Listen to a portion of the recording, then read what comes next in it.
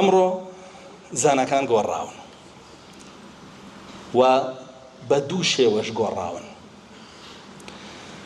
یەکەم شێوەی گۆڕانیان بریتە لەوەی کە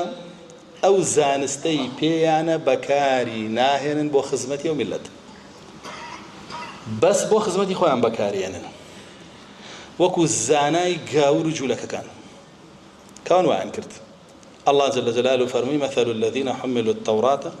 ثم لم يحملوها كمثل الحمار يحمل أسفارا. نموني أو زانياني لنا يهود ونصارى يابون، توراة مان بيان، كتابي الله مان بيان، إنجيل مان بيدان، بلام نيان جيان بخلق كاريان بيان قرا حقيقة جيان بخلق نبرد وكو شي وا جوية دريجك باركي كتاب كلامي الله. هر زانايك هتا دنياها علمي بيبي علمكي بكار نهيني بو أو ملتا باشا أو وك أو جوية دريجة كباركي كتاب. أم هم كفرا بيني، أم هم شركا بيني، أم هم بدعيا بيني، أم هم فعل فسادا بيني، سركسكي سوريش أزاني لو قرآنا همي باس كراوة بيشي ودراوة أبي خدخيكي أبي بخلق بلاي ميكا كاك يهود بلعنت كرا لسر زاري عيسى كري مريم داود عليه السلام. الله جل جلاله باسك لعن الذين كفروا من بني إسرائيل على لسان داود وعيسى بن مريم ذلك بما عصوا وكانوا يعتدون كانوا لا يتناهون عن منكر فعلوه. الله جل جلاله فرمي كافراني جولك وقاور بلعنت كران لسر زباني عيسى كري مريم وداود عليه السلام دو بيغمر بهوي شي هو خرابكاري أنا كرد، معصيتي أنا كرد، تعدى أنا كرد، معصيتي يعني فرماني الله أنا كان تعدى أنا كرد يعني در حق بيكتريش قناه تاواني أنا كرد بلام كسي أن نيود مكة لما كفر ميكة أما شركة ميكة أما فساد ميكة أما بدعية ميكة حقي نبوها مو يسري خوي كس كدبو أمانة بلعنت كراون وأمانة بحمارنا وبراون لقرآن جهر كسيك دا عندي كواب زور طبيعي بحماري بزان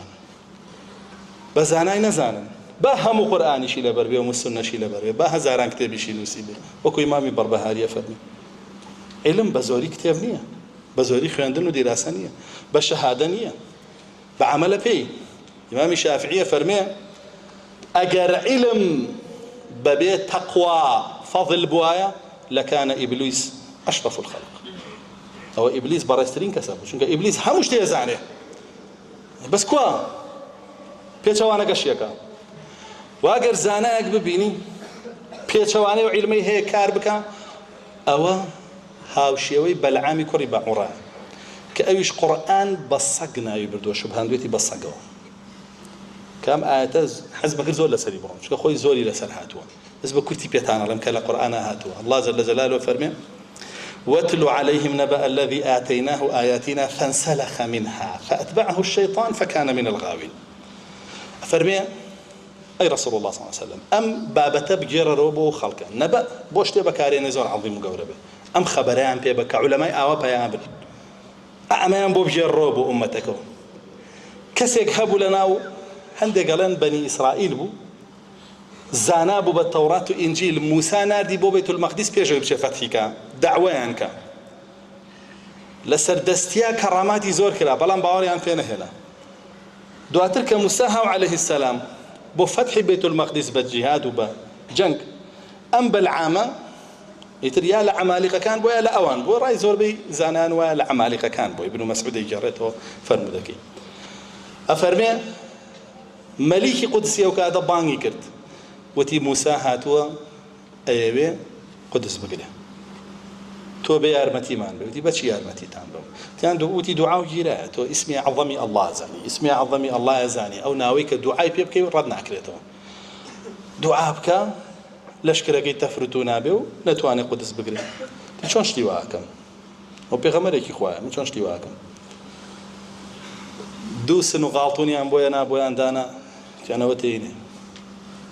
الله كباركي بيني غالطونك بيني تي باش كيشاني كم باري بردو ماله وكوت الري ولا شكر بدوايا وبروري موسى رشتن عليه السلام لا رجع سكر بدعاء كردن بيو لشكري موسى تفرتونا عليه السلام لبري بلا إخوة لشكري موسى تفرتونا كأي إخوة لشكري عمالقة كان تفرتوناك زماني هالقرا ولا دعاء كان يعني بوينا أكرا باشا هر هولي دا بوينا أكرا تيان كاقو تو تشيكي دعاء لخو مانك والله زمان بومنا قرا والله ملك لبري دعاء لوان كم هرشي أما دعاء عندك لخو مانك تيكا كميكا وازل وبينا تو عالمي ودينا كشف روج يسلم كريت بدو سنوق بارا ورا يوفي الله فجرت عن زور لا في الله كم ببدو زور لشكل كده فرتوناكم